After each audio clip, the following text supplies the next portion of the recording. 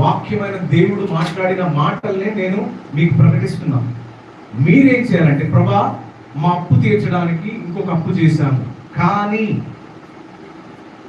మా ఆరోగ్యం బాగాలేదని ఆ హాస్పిటల్ నుంచి ఈ హాస్పిటల్కి వెళ్ళాము, కానీ మా చదువు పాడైపోతుందని చెప్పి ఇంకొక స్కూల్కి వెళ్ళాము, ఇంకో కాలేజ్కి వెళ్ళాము, కానీ నీ మాట చొప్పున ఈ రోజు నుంచి మేము చేస్తాము అని మీరు హృదయపూర్వకంగా అనగలిగితే మీ పూర్వస్థితి నూతనంగా మార్చబోతున్నాడు దేవుడు. హల్లెలూయా.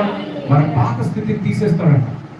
పేతురు చేపలు పట్టే ఆయన సముద్రం మీదే పెరిగాడు, ఉప్పు గాలిని పీల్చుకున్నాడు, కానీ దేవుని మాటకు లోబడ్డాడు.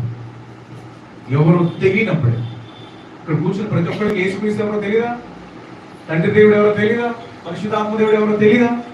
తెలిసి కూడా మనము ఆయన్ని ఆరాధించకపోవడం,